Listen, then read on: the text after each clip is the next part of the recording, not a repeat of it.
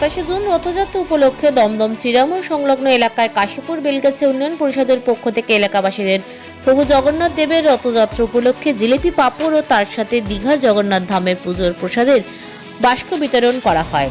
কাশীপুর বেলগাছিয়া উন্নয়ন পরিষদের কর্ণধার সমাজসেবী রবীন ঘোষের নেতৃত্বে আয়োজিত এই অনুষ্ঠানে বিশেষ ব্যক্তিত্বদের মধ্যে উপস্থিত ছিলেন কলকাতার ডেপুটি মেয়র রতিন ঘোষ, বিধায়ক doctor Sudipta Roy, bureau chairman তরুণ সাহা, প্রাক্তন বিধায়ক মালা সাহা, কাউন্সিলর কার্তিক মান্না, সিআইসি অঞ্জন পাল, কৃষ্ণপ্রতাপ সিং, যুবনেত্রী প্রিয়দর্শিনী ঘোষ সহ অন্যান্যরা। এই দিন প্রায় 2000-এরও বেশি মানুষের মধ্যে জিলিপি পাঁপড় ও প্রসাদ বিতরণ করা হয়। উক্ত অনুষ্ঠানটি সুসম্পন্ন করতে এই সংগঠনের পক্ষ থেকে সহযোগিতা করেন সর্বাণী ঘোষ, বিকাশ আহির, বন্দনা বিশ্বাস, অপূর্ব দে, লীলা সিং সহ অন্যান্যরা। এটা অঙ্গাঙ্গভাবে জড়িত আমাদের খাদ্য রচনা, অর্থাৎ পাঁপড় ভাজা, তেলে ভাজা, জিলিপি।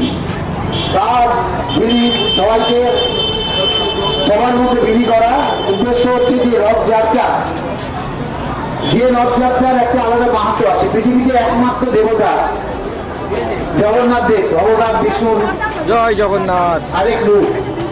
তিনি মন্দির থেকে বেরিয়ে রাস্তায় আসেন। পৃথিবীতে আর কোনো দেবতা নেই যিনি মন্দির থেকে বেরিয়ে পথে আসেন, আবার জনসাধারণের মধ্যে দিয়ে 7 দিন তার মাসির বাড়িতে থেকে আবার বাড়িতে ফিরে যায়। এবং যখন তিনি মন্দিরের মধ্যে অনেক নিয়ম আছে, সবাই মন্দিরে প্রবেশ করতে পারে না, কিন্তু দেবতা যখন পথে নামেন তখন দেবতার কাছে কিন্তু কোনো ধর্ম, জাত, বর্ণ কোনো বিভেদ